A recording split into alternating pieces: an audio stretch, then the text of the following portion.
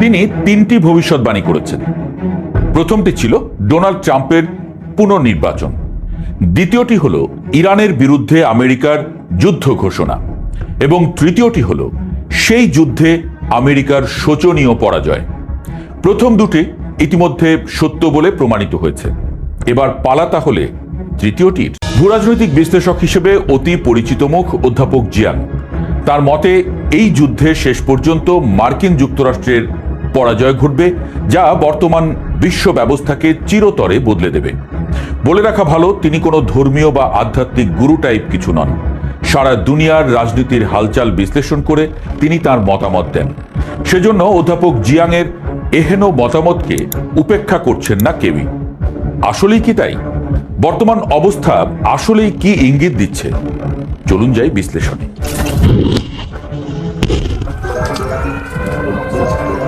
Iran গত ২০ বছর ধরে অত্যন্ত সুশৃঙ্খলভাবে এই সংঘাতের জন্য নিজেকে প্রস্তুত করেছে।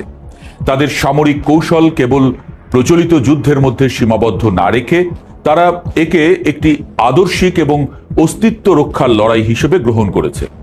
গত বছরের জুন মাসে সংঘটিত ১২ দিনের সংক্ষিপ্ত যুদ্ধের অভিজ্ঞতা ইরানকে ইসরায়েল এবং আমেরিকার আক্রমণাত্মক সক্ষমতা সম্পর্কে এক গভীর ধারণা দিয়েছে।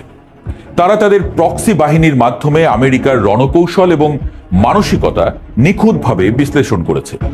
এই দীর্ঘ প্রস্তুতি ইরানকে বর্তমানের যুদ্ধে এক অনন্য সুবিধা এনে দিয়েছে, যেখানে তারা জানে ঠিক কোথায় এবং কিভাবে আঘাত করলে পেন্টাগনের মতো বিশাল সামরিক শক্তিকেও দিশেহারা করে দেওয়া সম্ভব। বর্তমান সংঘাতের একটি অত্যন্ত ভয়াবহ দিক হল ইরানের অর্থনৈতিক যুদ্ধ কৌশল। তারা কেবল সরাসরি সামরিক লক্ষ্যবস্তুতে আঘাত করছে না, তারা বিশ্ব অর্থনীতির প্রাণকেন্দ্র হিসেবে পরিচিত গালফ কোঅপারেশন কাউন্সিল বা জিসিসি ভুক্ত দেশগুলোর উপরে চাপ সৃষ্টি করছে। জিয়াংয়ের মতে ইরান অত্যন্ত কৌশলে সৌদি আরব, সংযুক্ত আরব আমিরাত এবং কাতারের মতো দেশগুলোর জ্বালানি ও পানি সরবরাহ অবকাঠামোকে লক্ষ্যবস্তু বানিয়েছে। মরুভূমির দেশগুলোর জন্য সমুদ্রের নোনা পানি পরিষ্কার করার প্ল্যান্ট বা ডিস্যালিনেশন প্ল্যান্টটি হল জীবনের মূল উৎস। মাত্র $৫০,০০০ মূল্যের ড্রোন দিয়ে যদি রিয়াদের মতো ঘনবসতিপূর্ণ শহরের ডিস্যালিনেশন প্ল্যান্ট ধ্বংস করা হয়, তবে কোটি কোটি মানুষের মাত্র ২ সপ্তাহের মধ্যে পানির অভাবে দেশ ত্যাগে বাধ্য হবে। ইরান মূলত এই দেশগুলোর অস্তিত্বকেই হুমকির মুখে ফেলে দিয়ে আমেরিকাকে এক কঠিন কূটনৈতিক এবং অর্থনৈতিক ফাঁদে ফেলতে চেষ্টা করছে। আমেরিকার অভ্যন্তরীণ অর্থনীতির দিকে তাকালে দেখা যায় এটি এখন মূলত একটি বিশাল বিনিয়োগ চক্রের উপরে দাঁড়িয়ে আছে।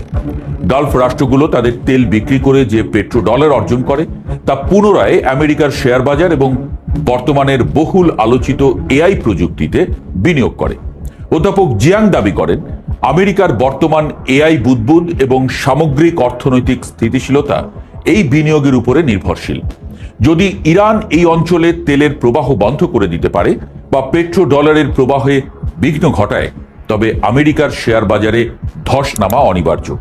এটি কেবল আমেরিকার অর্থনীতি নয়, ডলার ভিত্তিক বিশ্ব রিজার্ভ সিস্টেমকেই ভেঙে ফেলবে, যা আমেরিকার বিশ্ব আধিপত্যের কফিনে শেষ পেরেক ঠুকে দিতে পারে।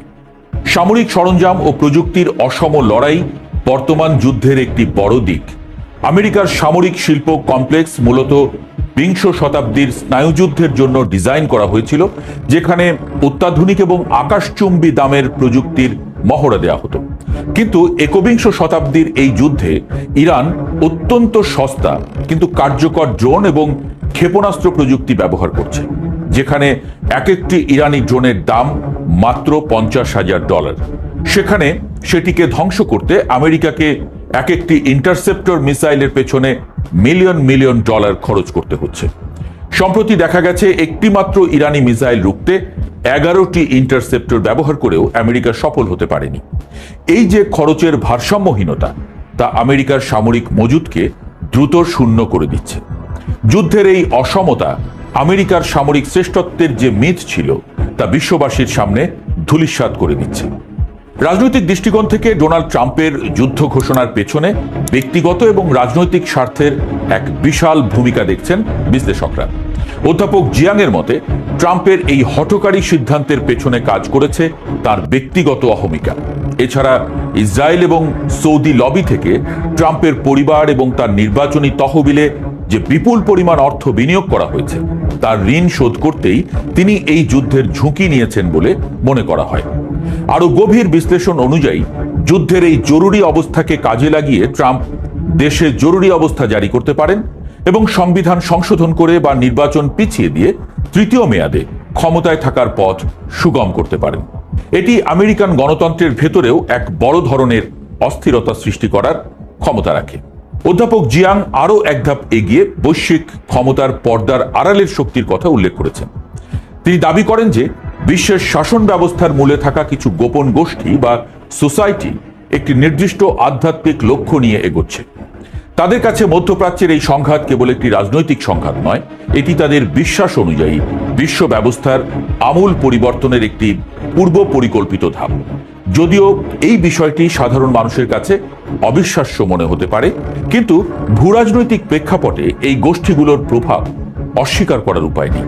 তারা মনে করে এই যুদ্ধের মধ্য দিয়ে বর্তমান ডলার ভিত্তিক বিশ্ব ব্যবস্থার পতন ঘটবে এবং একটি নতুন বহুমুখী বা মাল্টিপোলার বিশ্ব ব্যবস্থার উদ্ভব হবে, যেখানে আমেরিকার একক মাতব্বরী আর বজায় থাকবে না।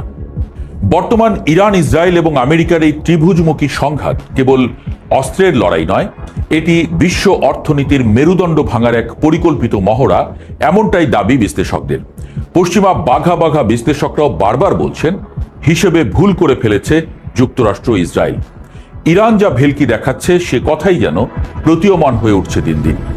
ইরানের দীর্ঘমেয়াদী প্রস্তুতি, সস্তা খরচ কার্যকর ড্রোন প্রযুক্তি এবং আমেরিকার অভ্যন্তরীণ অর্থনৈতিক ও রাজনৈতিক সংকট সবকিছুই অধ্যাপক জিয়াংয়ের সেই তৃতীয় ভবিষ্যৎবাণীকে সত্য হওয়ার দিকে নিয়ে যাচ্ছে।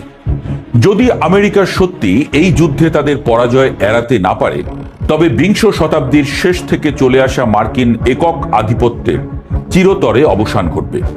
বিশ্ব রাজনীতি তখন এমন এক নতুন বাঁকে প্রবেশ করবে যা বর্তমানের পরিচিত মানচিত্র এবং শক্তির সমীকরণকে সম্পূর্ণ বদলে দেবে।